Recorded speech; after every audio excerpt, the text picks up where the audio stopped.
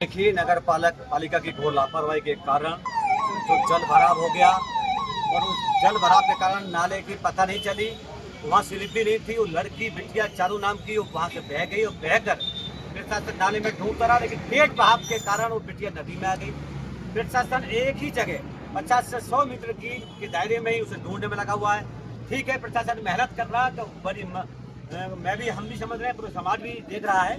और जो उसके परिवार को पीड़ा है, वो परिवार इतना पीड़ित है, रो रो का बुरा हाल है, उसका समाधान एक ही है, जब तक काली नदी से नीमखड़ा की साइड हम नहीं बढ़ेंगे, जो पूरी नदी पुल की तरह अटी पड़ी है, उसको नहीं कबाड़े को निकलवाएंगे वहां। जब तक सब बरामद नहीं होगा, सब गारंटी के साथ वहीं मिलेगा। क्योंकि हमको ये नहीं देखना बड़ा यहाँ नहीं मिला, हिम्मत हानि नहीं है, क्योंकि हमें देखना उस परिवार का जो हाल है वो कितना बुरा है।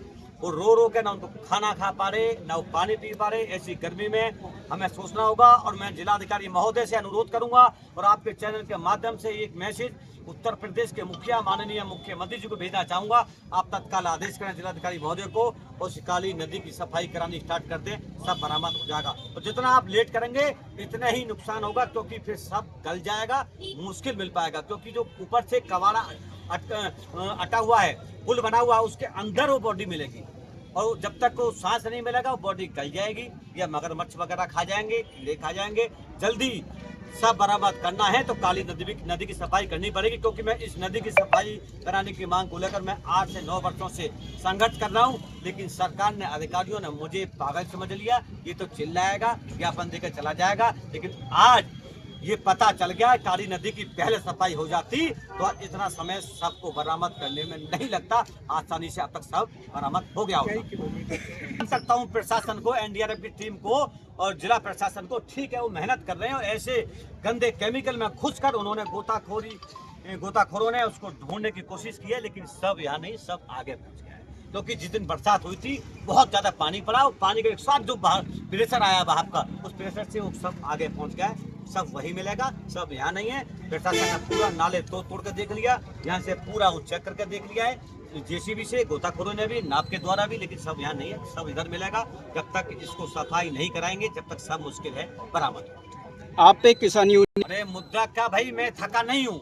प्रशासन ये सोच रहा हो कि ज्ञापन दे देकर ये अब नहीं आएंगे, मैं आगे भी लड़ाई लड़ूंगा।